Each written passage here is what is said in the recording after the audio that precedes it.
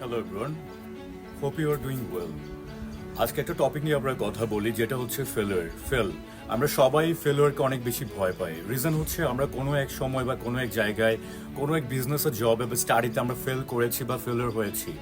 এই জন্য আমরা ভয় পেয়ে যাই কোনো কিছু স্টার্ট করতে যদি আমরা ফেল করি। Failure is part of life, success also part of life. মনে রাখবেন, আপনার দিনটা খারাপ ছিল, আপনার লাইফটা নয়। আপনি তখন ফেল করেছেন মানে না যে আপনি ভবিষ্যতেও ফেল করবেন। আপনি যেসব জায়গাতে আপনি ফেল করেছেন, ওইখান থেকে আপনি শিখুন কোথায় আপনার ঘাটতি ছিল।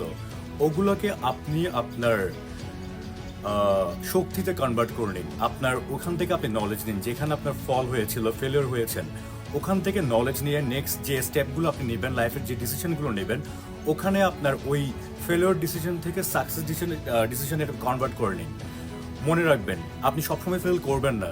জাস্ট এটা একটা দিন ছিল, ওই দিনটাই আপনার খারাপ ছিল, আপনার লাইফটা নয়। আপনার লাইফে অনেক বেশি আপনি সাকসেস পাবেন। আমি জানি আপনি সাকসেস পাবেন, সাকসেস আপনার কাছেই আসতে চলেছে।